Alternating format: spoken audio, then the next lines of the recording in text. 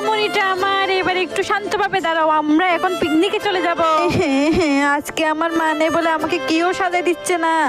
আজকে আমি এভাবেই ওদের সাথে যাই। এই টমি দেখ, এই সমুদ্রে কত সুন্দর সুন্দর মাছ। এই তো সুযোগ, টমিকে এখনই সমুদ্রের জলে ফেলে দাও। আর কি মজা কি মজা। আরে কি হলো, সমুদ্রের জলে কি পড়ে যাওয়ার আওয়াজ পেলাম। আমার টমি কই? তোমরা আমার টমিকে কই নিয়ে গেছো? এখানে কেউ আছেন? আমাকে বাঁচান প্লিজ, আমি ডুবে যাচ্ছি।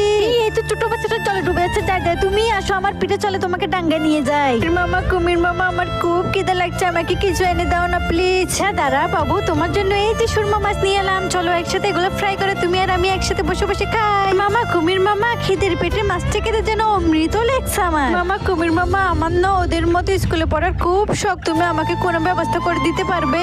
বাবুটো আমার, এই নাও তোমার জন্য বই আর ব্যাগ নিয়ে এলাম, তুমি এখন এখান থেকে পড়ালেখা করো। মামা কুমির মামা, আজকে রাতেই আমাকে পড়া শেষ করে পরীক্ষায় পাস হতে হবে। যে আজকে তুমি পরীক্ষায় পাস হবে, ওকে চ্যাম্পিয়নের পুরস্কার